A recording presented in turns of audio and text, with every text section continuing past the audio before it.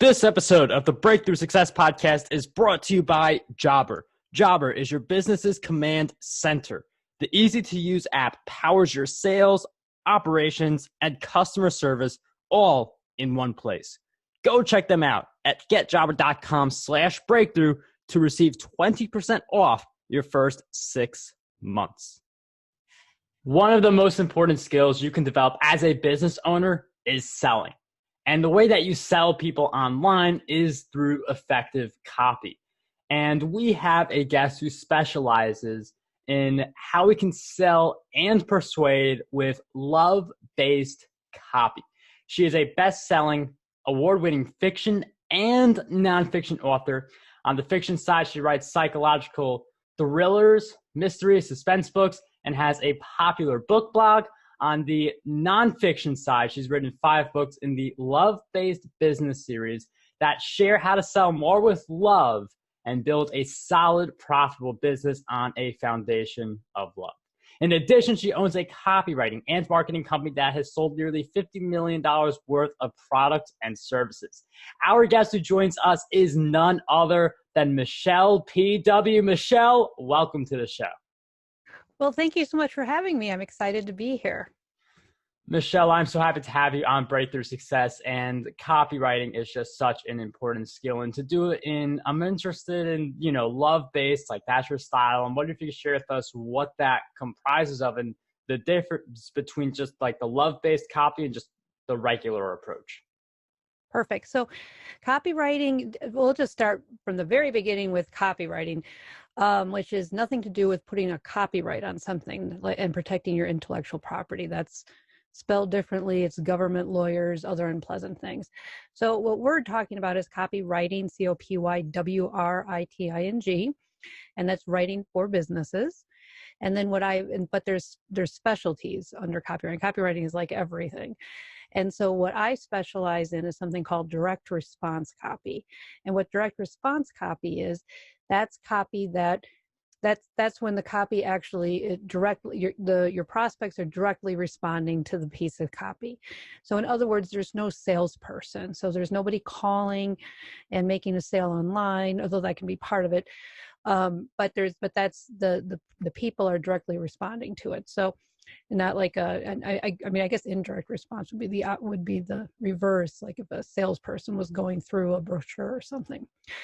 So what makes this so powerful is because this type of copy means that your ideal prospects are, you're leveraging your sales.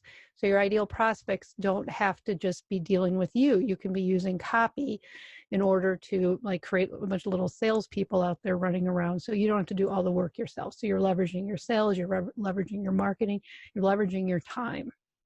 So what makes direct response copy so powerful? It's because it uses persuasion. And there's nothing wrong with persuasion. Persuasion is it's not just a business thing or a selling thing. Persuasion has to do with how we communicate. We're humans, we're social creatures. That's part of how we communicate is through persuasion. And in order to persuade people, you need to tap into their emotions. And you have a choice. You can tap into their fear-based emotions or their love-based emotions. A lot of traditional direct response copy tapped into fear, which is part of the reason why it would feel so icky and salesy and hypey and inauthentic. And what I teach is how you can use love, tap into love, and persuade using love-based emotions. And I do see the fear around, limited time, scarcity, yes. If you don't take my course, what's going to happen to you? So I do see the fear in play, and I could think about way too many examples of that. Can you give an example of a love-based copywriting in action? Yes. So I'll do both ways. One thing that you may have seen a lot, because fear is used a lot, and also shame. Shame is actually used quite a bit. And one way that shame is used is you might see a frequently asked questions at the bottom of a sales letter, or perhaps you're having an email with somebody because you're thinking about doing their program. And in this frequently asked questions, you might say something like, well, what if I don't have the time, or what if I don't have the money? And the fear-based way would say that, they would say something to the effect of, well, successful people find the time or the money in order to do XYZ. So clearly you are not serious about being a successful person, because otherwise you would find the time or the money. So that's very shame-filled. So if you wanted to do that on the love-based side, this was some clients that I worked with years ago, and it worked very well. So they had a year-long coaching program that was about, can't remember the name of it now, but it was about getting an up a level, like doing a quantum leap. And so what they said was, what if I don't have the time? And they said, well, all right, look, so we're going to be, when you want to have a quantum leap, that might mean that, you might have a breakdown first. That's very common. And maybe this is the year where you just cannot have a breakdown. You've got kids at home, or you've got family responsibilities, and it's just not a good time for for you to have to deal with something like that. And that's fine. That's no problem. So, we're still friends. You can try coming back next year, but for those of you who want the quantum leap, who want to be able to do it, then they'll jump in. Let's buckle down and let's move. You see the differences in that. It's part of how you can do that is you can be honest. I feel like that's a big thing. Just instead of trying to hide or again use shame or fear, and I mean that was one. But if you're just honest about what the commitment is, like honest with the time commitment, honest what might happen, honest about all of that.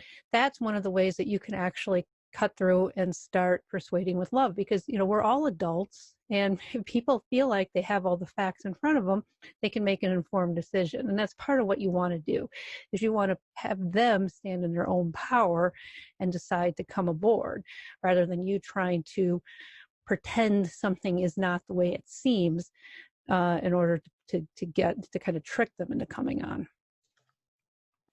And I really like that way you shared that example, because it's, you don't have to come, but I feel like it can help you. And I feel like it can get you to that next result, instead of you've tried all the things already, look at where you still are. So, I mean, there's definitely a different tone.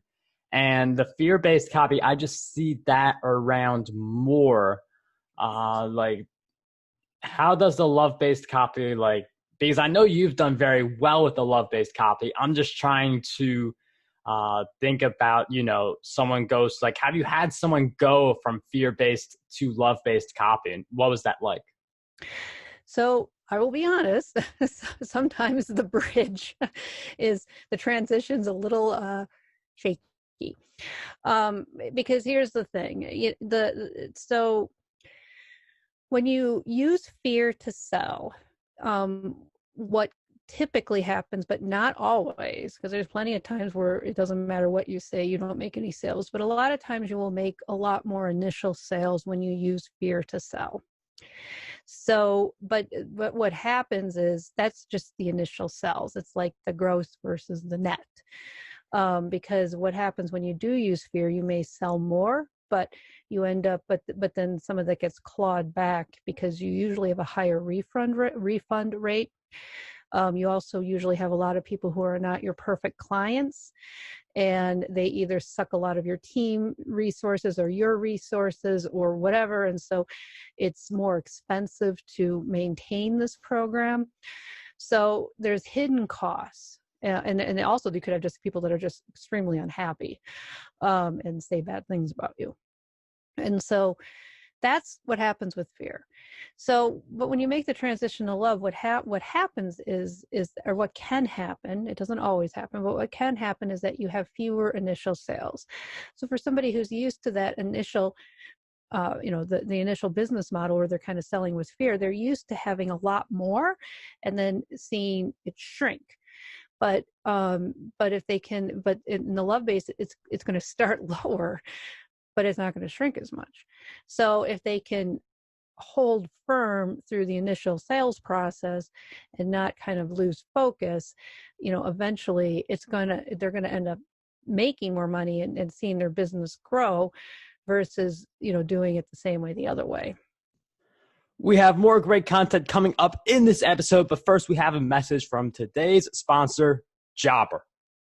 Jobber's award-winning software helps small home service businesses organize their entire operations, from scheduling jobs and managing their crews to invoicing customers and collecting payments. That way, you can spend more time on the services you're already great at. Job by job, business by business, Jobber is transforming the ways their customers deliver service. Start your free trial over at getjobber.com/breakthrough. All right, let's get right back into the episode. And I do like that because the fear, like in your Facebook feed, if you're like looking at training courses and other stuff and software, just from my perspective, I see a lot of fear-based Facebook ads that lead into that expensive course. And I look at these ads and I'm like, I'm just tired of it. Like, I don't like it's annoying to see these ads. Like, there's some ads where you can just scroll and just keep continuing and be fine. But like seeing these ads is like, why am I still seeing this stuff? So, I mean, that's where Michele hits on a great point, where if you use fear to get the sales, you've got people who are going to really resent your product and service. While the love-based approach, you get people to come in, you get lower refund rates, you build the relationships. So that's how, for people who know the whole ascension approach, you get people to buy your more expensive things with the love approach, because it's a relationship-based strategy. And I'm wondering what your process is for creating the copy that works, because being love-based is like, okay, I have the idea of the tone, but then writing the words that sell and making changes to the page, how does that part work? So part of that is, I do want to talk a little bit about pain, because there is, I think, so being love-based is really being truthful. I think that's really what it comes down to more than anything else, is that we have to be true and we have to be authentic, and it is what it is. And one of the things that is true on our world is that pain exists. So your ideal prospects are truly in pain.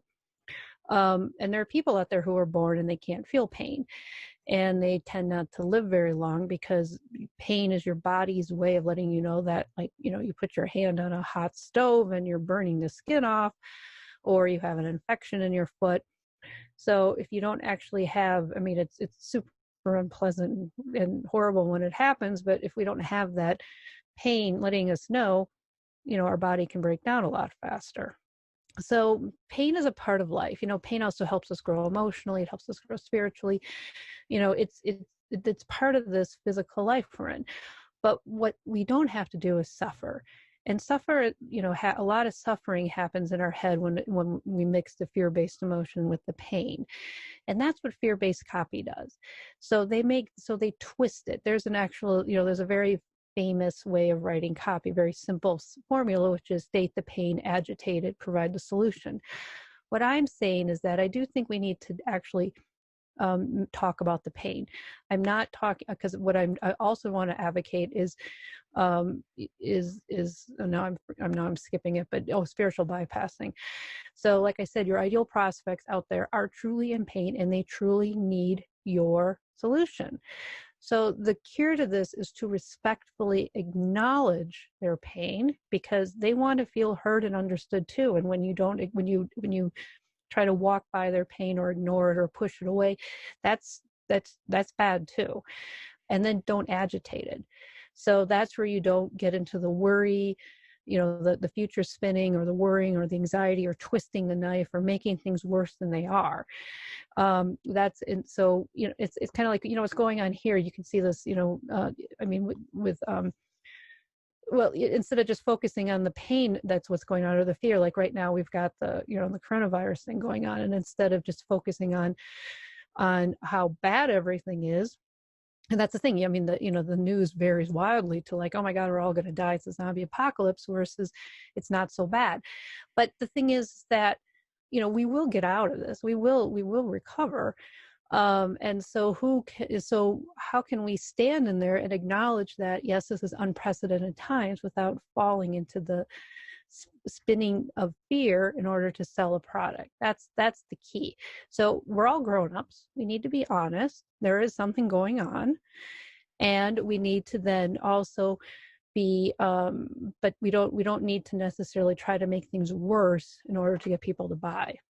And I do like the way, because the coronavirus, I've been talking about this a lot lately. It's like every single conversation, the coronavirus just seems to be brought up, because we do these on Zoom. Zoom's really one of the big winners out of everything that's going on. And there's a lot of conversation on it. You're either going to hear end of the world or, when things go back to normal. And that right there, I think, is the example of, the love-based copy versus the fear-based copy. It's in effect right there if you just keep reading the news, but not even read the news, but maybe just look at the headlines, because who wants to read too much news stuff about the virus? But love-based copy, I feel like that's something that more of us need. And if you guys want more love-based copy, go check out Michele and her work. That's what I recommend. So for people who want to do that, where do we go? So you can go to lovebasedbiz.com. So that's got that's my blog that's got some more content on it, and you can also get a love-based copywriting template, which is part of my it's part of my book, the first love-based copywriting book that I do, Love-Based Copywriting Method. But you don't need the full book, but if you have the full book, obviously that will help. But that kind of gives the foundational pieces to it, plus a template, so you can write copy. You can write love-based copy. So that you can go to, as well as lovebasedcopywritingbook.com/template. We will have those links in the show notes for everyone who wants to follow Michele, get that template and everything else. Michele, thank you for coming on the show. Thank you for having me.